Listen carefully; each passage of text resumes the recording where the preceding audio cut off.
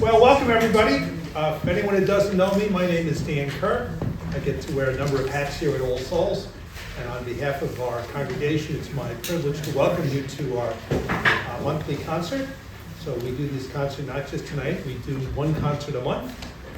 These are our Saturdays at 6 concerts, and someone will call me up and say, what time is the Saturdays at 6 concert? So they generally are at 6 o'clock, and it's once a month. It's usually either the first, it's generally the first Saturday of the month, sometimes it's the second Saturday, but either the first or second Saturday of the month, you can count on there being a concert here. There is a little bulletin, a concert bulletin, so you can follow along in the program. And there's also a little insert, which I'll talk about later on. But on the back of the bulletin, you see our mission statement there. And I'm not going to read the whole mission statement, but there's a portion, the second sentence of the mission statement is particularly important to us. And it says that we strive to be mutually supportive of the personal spiritual journey, respecting individuality of all and accepting the value of meeting people wherever they are on that journey. So we believe here at All Souls that we're all on spiritual journeys. And Christianity is a tree with many different branches, but we're also humble enough to realize that Christianity is not the only tree in the spiritual forest. And there's many people that are on spiritual journeys that have no faith at all. And we strive to meet people wherever they might be on their own journey, because we do believe that all of us are on a spiritual journey. We all seek to have meaning in our life. We will seek a relationship with our Creator. So we're all on a spiritual journey. And with that commitment to meet people wherever they are on that journey, we meet some really interesting people. And we meet them in a variety of ways. So for those of you who brought food this evening, we thank you. So we collect food here every day. So if you didn't bring food today, next time you're in the neighborhood, church is open every day. That basket is always in the back, and that goes to St. Gerard Mejia, Roman Catholic Church in Terryville. They've got a large soup kitchen. They feed about 200 families. So there are hungry in this area. They tend to be invisible, but they're there. So we meet people through the food program. We also meet people because the doors of this church are open every day. And I can say that with authority because one of the hats I wear here is I'm the guy who opens the doors. And it's not unusual when I open those doors that there's someone waiting to come in. So we meet people through that. We also meet people through our monthly outreach activities. So in addition to the concerts that we do every month, the Saturdays at 6 concerts, we also have a poetry series. I'm glad to see a very well-known couple of very well-known poets here. Welcome, Carol. So we have a poetry program that we do once a month. We meet people through that. Gladys Henderson, who was the former poet laureate of Suffolk County, said that poetry is but another form of prayer. So I'm reminded of that every time we do a poetry program. So we do the concerts, we do monthly poetry programs. We also do monthly Native American drumming as well. So that's something that comes out of the Indigenous people experience. It's a spiritual healing experience. We do that once a month. So we meet people through the monthly events. And then we also, on Sunday, we're Episcopalians. So we have 2 services. So we have a virtual service, half-hour virtual interactive service through our website. And then we have a traditional Mass here in the church at 9:30. So that's what we do on Sunday. But during the week, we're really an interfaith center. So every Tuesday, we do an interfaith morning prayer service. And I do that with our cameraman here is also Deacon Tom Brownsworth from Messiah Lutheran Church. He and I lead that program, and we bring in clergy. If you drew a 10-mile radius around this church, you will see that we bring in clergy from all the different mosques and synagogues and churches in the area to preach at that service. In fact, the one we've got coming up on Tuesday is Rabbi Denson from the Port Jefferson Jewish Center. So we meet people through those programs. And then we also, our bartender this evening is my wife Susan, and she leads an interdenominational rosary, which we do here every Wednesday at noon as well. It's a notion amongst many people that the only people that do the rosary are Roman Catholics, and that's not true, right? Episcopalians, Anglicans do the rosary, Greek Orthodox do the rosary. People of many faiths actually do a rosary, so we do that on Wednesday. The other way we meet lots of people is through the annual Souls for All Souls 5K run or race and 2K walk. So you couldn't help but miss the big banner outside. And just in case you didn't see the banner, I took the liberty of putting an insert. in your program there. So you'll see on one side is the flyer, which tells you how you can register for the event. And on the second side is an article that appeared in the Village Times Herald, which gives you the background on the race. And basically that event does two things. One, it celebrates the role of this church in the village and all the different things that we do. And it also raises funds to make this church accessible. Some of you struggled with getting up the hill. You know, when this church was built in 1896, when Stanford White designed it, life expectancy in the US was less than 50 years. So accessibility was not kind of high on their screen. And also, if you ask me where the bathroom is, don't worry, I'm not going to tell you to go in the woods. I'm going to send you down to Schnitzel's. So that's the public bathroom. So the accessibility project, when we do the race, the funds that we raise are to go for two things. One, to make the church accessible, and two, to add, you can see it, there's a little, they've already started to scope it out, there'll be a bathroom eventually alongside the church as well. And that's on October 6th. And through the sponsorship and through the runners, we've raised so far about just under $100,000. So we're about halfway there in terms of the total cost of our project. So those are the ways that we meet people. If you would like, and I promise not to ask you for money, if you would like to be on the Friend of the Church list, and what that means is you'll get invitations to attend our concerts, our poetry reading, and our drumming sessions. Just put your name and your email here, and I'll send you that invitation to it. Okay. So again, welcome on behalf of the folks from All Souls. Just a couple of things about tonight's program. So there will be two sets, and I'll leave this up here, by the way, on the break. There'll be a pen there, so you can put your name and your email. The concert has two sets, so there'll be two sets of music, which you can follow along in the little flyer there. And there will be a 15-minute intermission. So it's always the tension, whether we do the intermission inside or outside. I said to my wife, it's beautiful, we should have it outside, and she prevailed upon me. And sure enough, just about 5 minutes before the concert started, the heavens opened up. So we're going to do the intermission inside. If the sun does come out, feel free to go outside. So we'll do a 15-minute intermission. We'll also leave time at the end for questions that you can ask the performer. And Sue, you want to hold up that little jar there? So Francisco came all the way out. I think he lives in north of New York City, so he's traveled a long distance. So if you'd like to give a thank you, leave it in that little jar. That goes directly to Francisco. I count the money, but it goes directly to him as a thank you. And we'll definitely conclude by 8 o'clock. We'll get you out of here by 8 o'clock. Okay. Now, tengo 3 años de español en mi escuela de secundaria. Estoy aquí con mucho gusto. So, why do I start that way? Because we're going into Hispanic Heritage Month. So Hispanic Heritage Month is the month, it's the annual celebration of the history and culture of Latino and Hispanic communities in the United States. Now, Hispanic Heritage Month officially begins September 15th, so we're getting a head start here, and it runs through Tuesday, October 15th. And again, it commemorates how Latino and Hispanic communities have influenced and contributed to American society as a whole. And if you think of Hispanic community and people who have enriched the United States, one of the people who's enriched the United States is our featured artist tonight, Francisco Roldan. Francisco, if you could come out. Francisco has performed around the world as a soloist and in chamber music, nationally and internationally. He's also the executive director of Música de Cámara, a not-for-profit organization based in New York City whose mission is to promote Latin American Hispanic composers and musicians.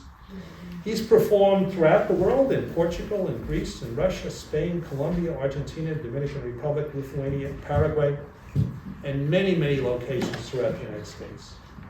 In addition, Francisco accompanied the acclaimed flamenco dancer Pilar Rioja at the Repertorio Español Theater in New York City for 8 seasons.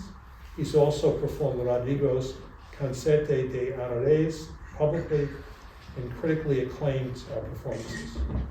He's played various concerti, and has participated in numerous chamber music recitals with choruses, singers, and instrumentalists.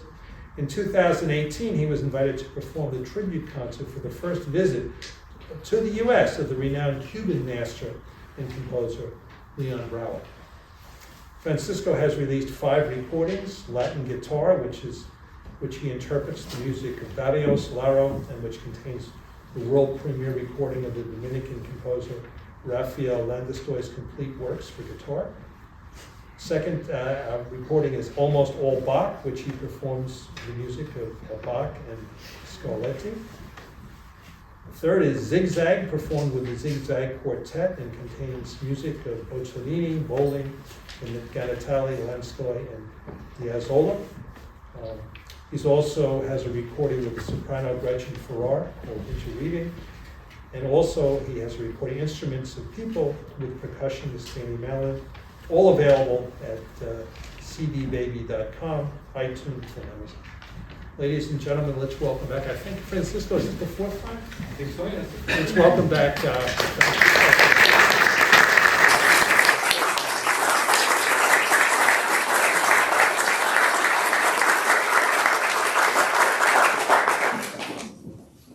Thank you so much. It's such a pleasure to be here again. And thank you for coming out on a rainy evening to hear some music.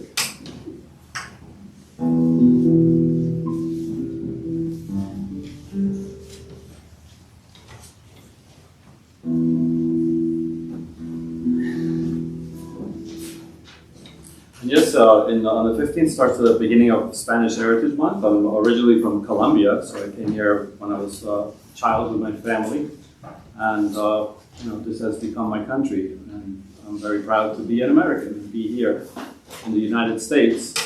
And actually, the last few years I've been playing a lot of Latin American music, and this year I decided that I was going to play a little bit more classical music. So actually, Latin American music you'll hear today is from Brazil, which is in the second half by Heitor Villalobos, and it's actually the only music on the program that was written for the guitar.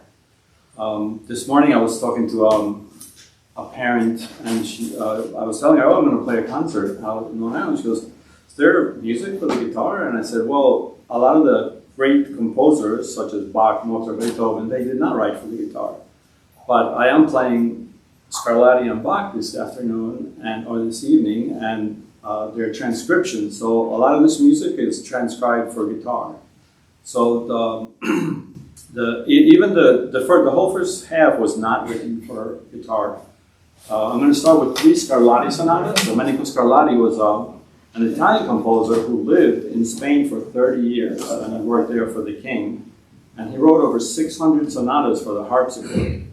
And because of that Spanish influence within his Italian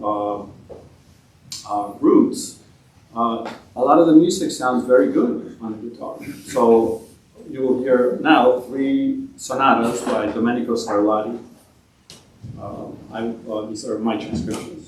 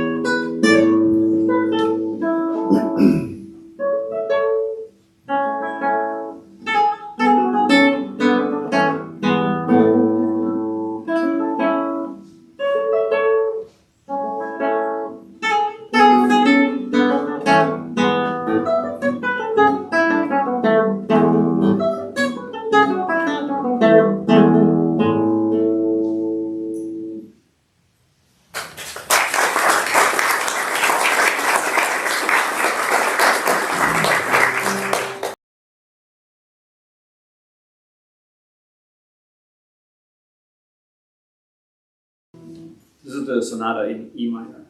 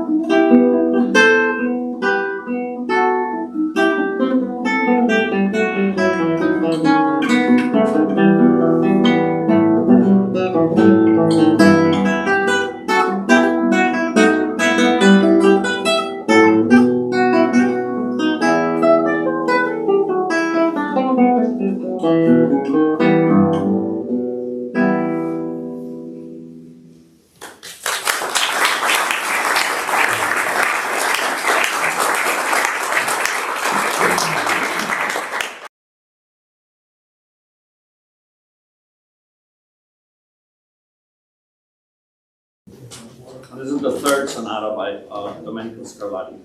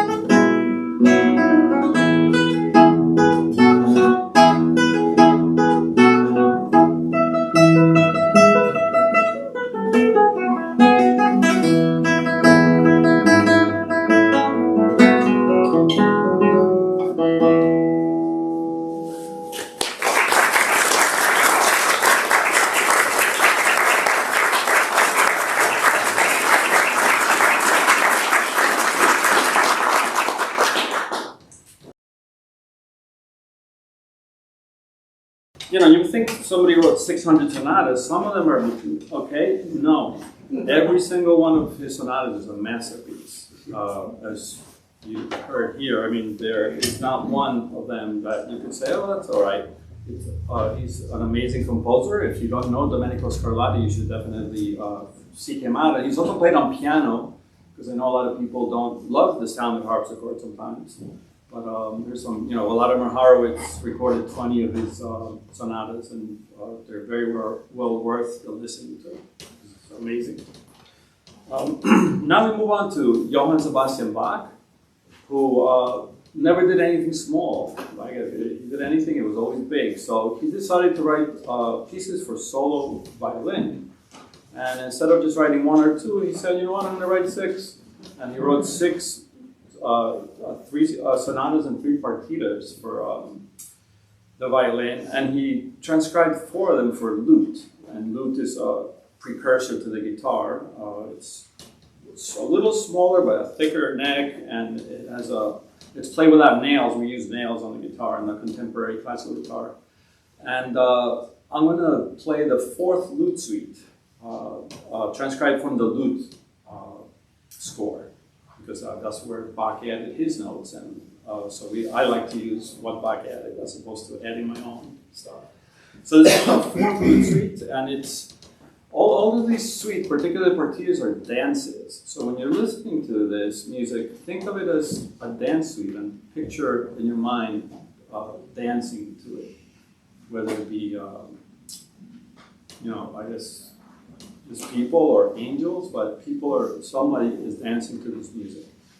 The prelude is not usually a dance, it's just a prelude, but the rest of the movements are dances, and they're usually French.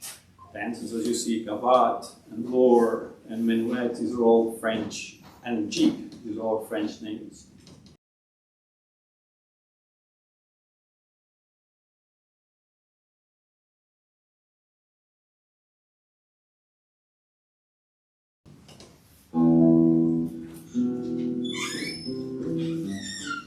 So this is the 4th lute suite by Johann Sebastian Bach.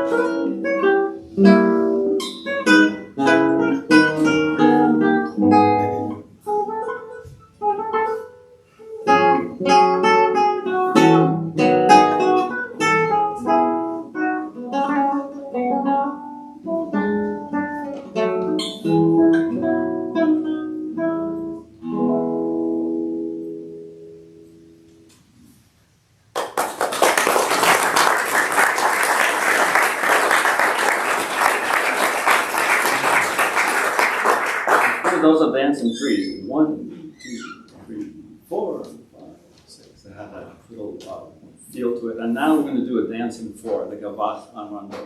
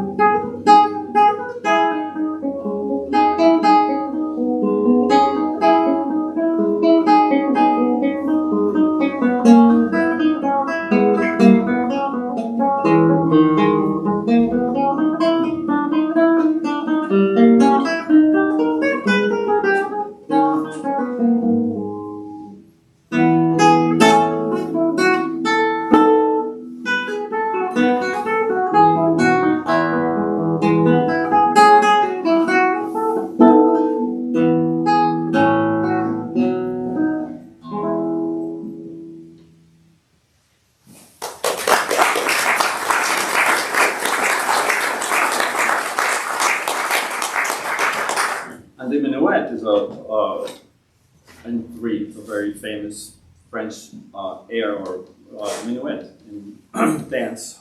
That's in three. And these are minuet 1 and minuet 2. And then it goes back to minuet 1. That's the form.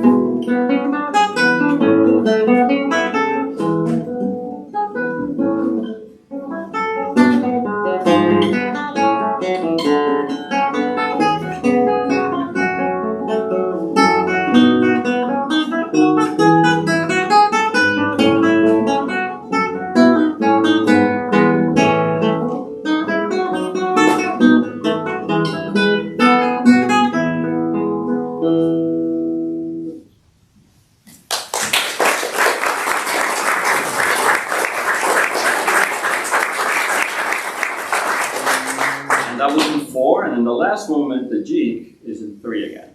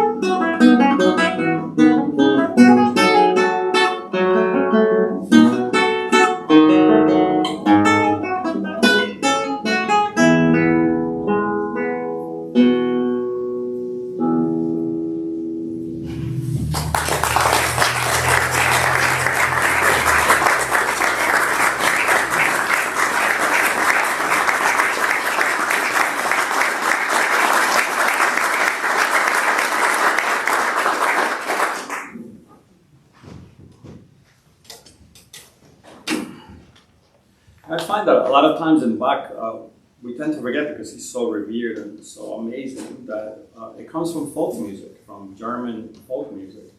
And a lot of them are just dances. And to me, that's one of the most important aspects of his music, especially the instrumental music. The last piece on the first half is from Spain by the great composer Isaac Albeniz, who was a prodigy and at a very young age of 12 and 13, he actually went from Spain to Argentina on a boat and went to play there, and then he came back a really full-blown composer. And he's known for writing very Spanish music. He's one of the first nationalist Spanish composers. And he wrote, his most famous piece is called Iberia, which means the Iberian Peninsula, and it encompasses the different regions of Spain, and he writes about them. The piece I'm going to play is from a different suite, which is called Suite Española, or Spanish Suite. And in this suite, he decided to write pieces that were describing different cities or towns in Spain. So this is Asturias, which is a town in northern Spain, and everybody associates Spain with being warm, but Asturias is actually chillier because it's in the mountains, and it's very well known for its cuisine. So this is Asturias by Isaac Albeniz. It was originally for piano, and we like to play it on the guitar. Because again, being Spanish, it sounds very nice on the instrument.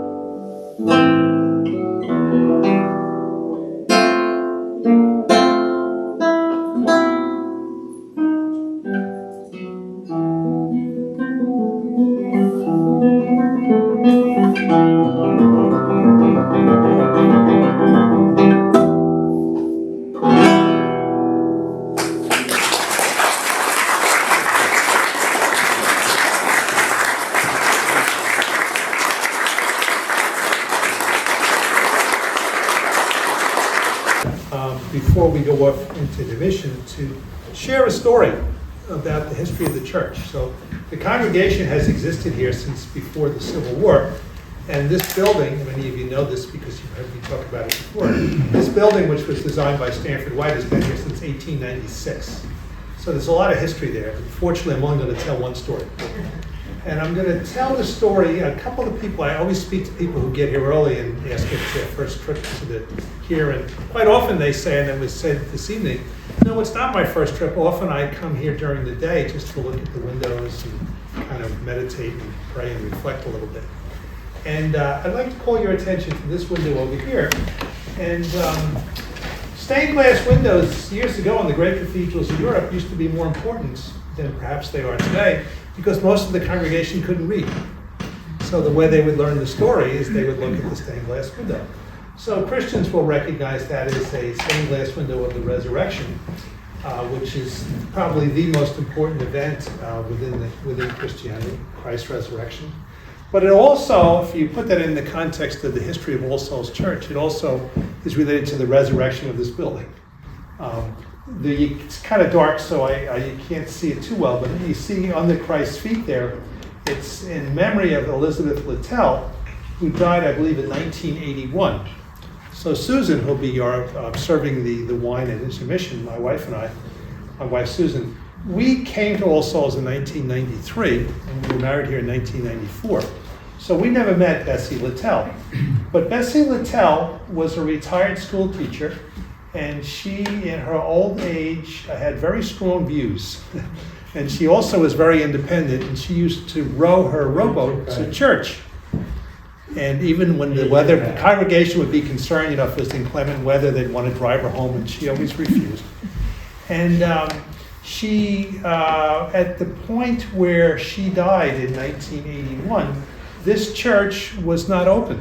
This church was structurally unsafe. It was not open to it needed repairs to it. And the congregation was meeting up on the parish house at the top of Mill Pond Road. And as with many small congregations, when you're faced with a church that's in need of repair, is it worth fixing the church? Or maybe we should get a new church. And in the midst of this big controversy, where this building was closed and the congregation was on the verge of folding and they were low on funds, she had the audacity of dying. So she died during that period of time.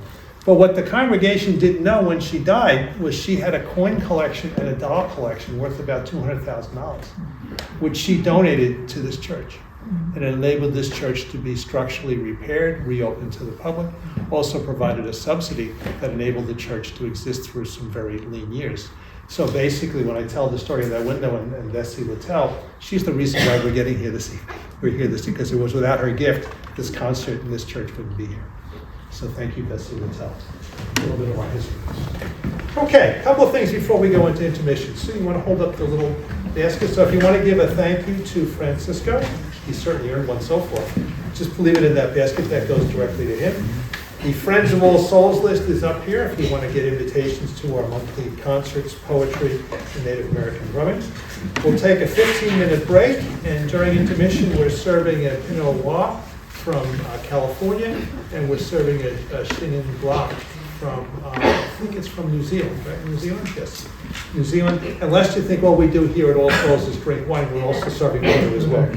Okay? There are trash bins in the front and in the back, so put your empties in there. And we'll take a 15-minute break. We don't have a pretentious man in a tuxedo ringing a triangle. We'll ring the bell and flick the lights and let you know. And so we'll see you in 15 minutes. Thank you.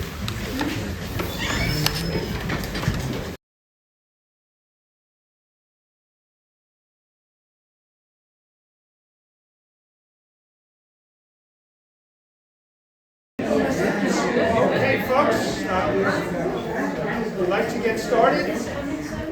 So if we give Francisco a big round of applause, he'll come out of that back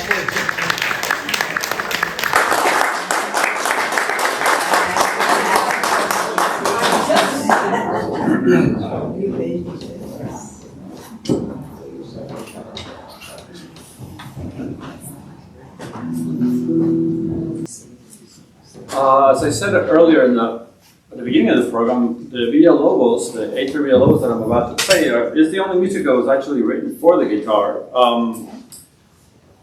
The person who's responsible for all classical guitarists in the 20th and 21st centuries, Andres Segovia, the Spanish guitarist, who put the classical guitar on the stage. Before him, no one played classical music on the guitar on a stage. And people went to hear him and said, wow, I didn't know a guitar could do that. So he made the guitar a world famous instrument in the 20th century. But he realized that he was transcribing a lot of music. He was transcribing the Bach, the Scarlatti, the Albanis, different people. And there were some composers, but he wanted to get new composers to write for him because he knew that the instrument wouldn't survive if people weren't writing for it. So he contacted the famous Brazilian composer, Heitor Villa-Lobos, who just happened to be a guitarist also. So Heitor Villa-Lobos, of course, and he started writing a lot of pieces. He wrote a concerto for guitar and orchestra. He wrote 12 etudes and a couple of other pieces, and he wrote 5 preludes. And the 5 preludes are dedicated to Andres Segovia. And I'm going to play them now, and they're based very much on Brazilian rhythms and harmonies, as you'll hear. So hopefully it will transport you into the humid warmth of Brazil.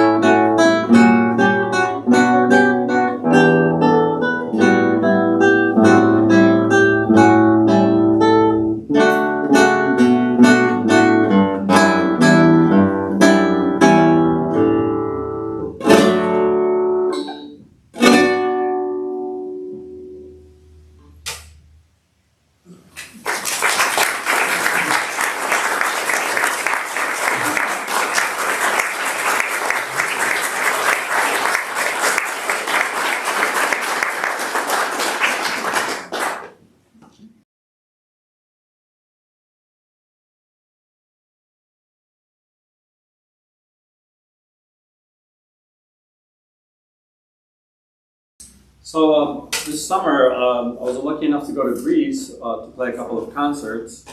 And in one of the venues, the presenter said, "Oh, your program looks great. Is it possible for you to play a couple of Greek pieces?" So I was like, "Oh my God, I never played Greek music." So I said, "Sure, of course." And I immediately went looking for music, and there wasn't any. I had to transcribe two pieces by the composer Mikis Theodorakis, who wrote the music for Zorba the Greek, if you know that movie. So I did two pieces and learned them quickly and played them, and thankfully it came out okay. So these are the two pieces that I'm going to play. They're called Epitafios, and this is Epitafio number 3 and Epitafio number 4 by Mikis Theodorakis from Greece.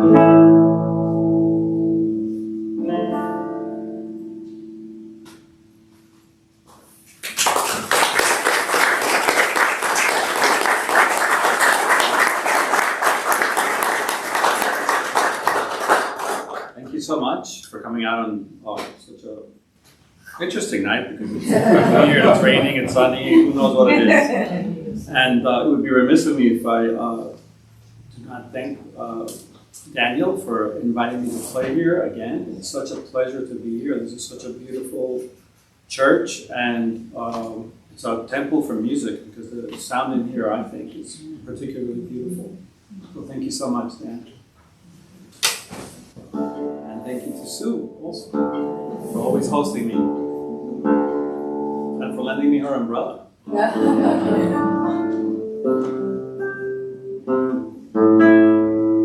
This humidity plays havoc with the string, so that's why I'm tuning a little bit.